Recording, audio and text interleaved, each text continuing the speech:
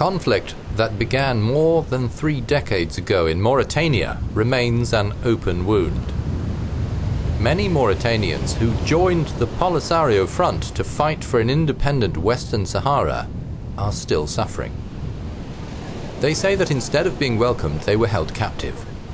Mohamed El Kahi has grown old with his memories of torture.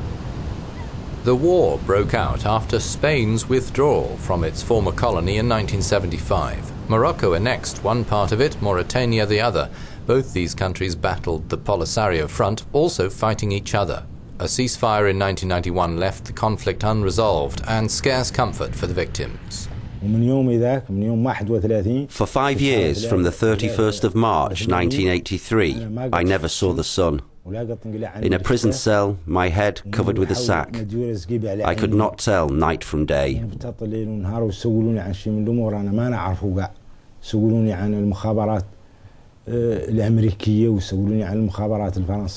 Kahi tells of torture in the camps of southern Algeria, Tindouf, but considers his luck. He says fellow prisoners were tortured to death before him. When he begged for an end to his misery, he says his torturers just laughed. Kahi cannot explain why the Polisario fighters he tried to join in 1979 reviled him, accused him of working against the independent movement, of spying for the CIA and other secret services. Yet outside verification of the events is difficult, and the Polisario Front says Morocco is waging a propaganda campaign to discredit it. The families of the missing hold out little hope for justice. Ould Moulay El Hassan lives in Mauritania's capital Nouakchott. He mourns his brother, who went over to join the Polisario. Unfortunately, as soon as he arrived there, he was arrested. He endured all sorts of abuse, torture.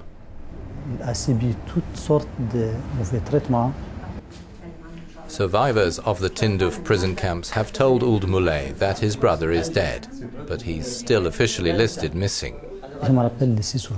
I remember my brother as if it were yesterday, when our mother took us out to play, or when he gave me a little money. I can't explain why it happened. I think about him all the time. I grieve over him. He was an extraordinary man. I loved him a great deal.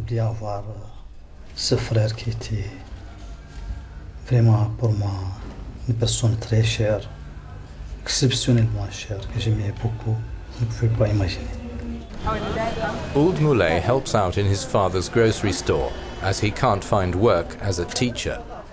His father too is unable to put behind him the loss of 30 years ago.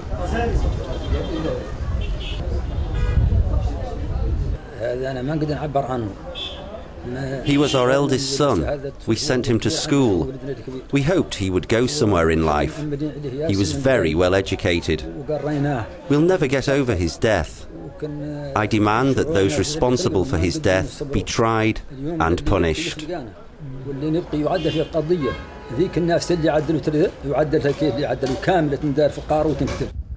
To bring the suspects to trial is the ambition of Jean Abou, a Lebanese clergyman and lawyer based in Brussels.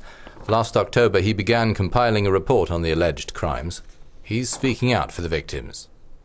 The victims and their relatives have come here to tell me their stories of suffering.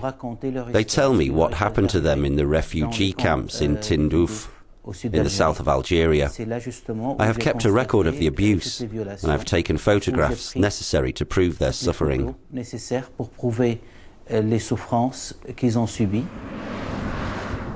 Jean Abou says the task of verifying the testimonies should be taken up by a United Nations investigation committee, but he feels it would be wrong not to take the initiative himself.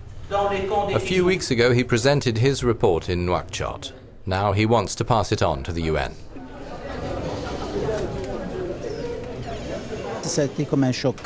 It shocked the people. They had not expected it. All this had always been a taboo, and it was never talked about. The victims seem relieved. They have also shared their story with Delphine Bourgeois. Based in Brussels, she heads the NGO Med Eurocap. I think these barbaric events have escalated. It starts with people going missing and moves on to physical and psychological abuse, and, I dare say, even cannibalism. Delphine Bourgeois visited several families, together with Jean Abou, wanting to know more about the background of the allegations against the Polisario Front. The pair consider that an estimated 4,000 Mauritanians joined the front during the conflict, and that almost a quarter of them were put in jail, tortured or killed.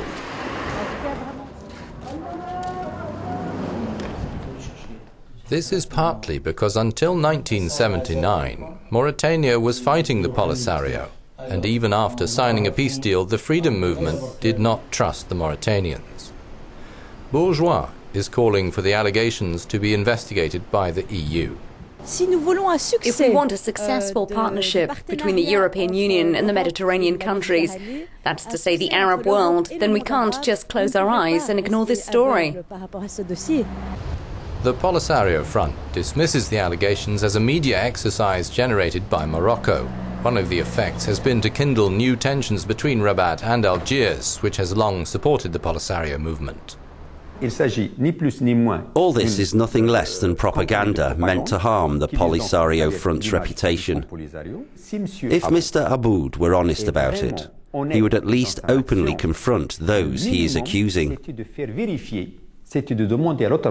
Human rights advocates insist that any atrocities that have taken place in the region must be brought to light. During the war, every means was used against us, including meticulously planned Secret Service operations. But I can assure you there was never any torture. I can, however, confirm that prisoners were taken and that there were excesses committed sometimes. But to talk about systematic torture, that has never existed in our system, thank God. A report by Med Eurocap with accounts of the alleged abuses was released to the international media in Brussels recently and will be submitted to the UN in a bid to win a public acknowledgement of victims' suffering. I call on Morocco, Algeria and Mauritania to arrest these people. There is talk of rights, but no talk of rights for the victims. These must be respected. Long condemned to silence, Eli Kerhi and others like him in the Western Sahara conflict finally have a chance to tell their story.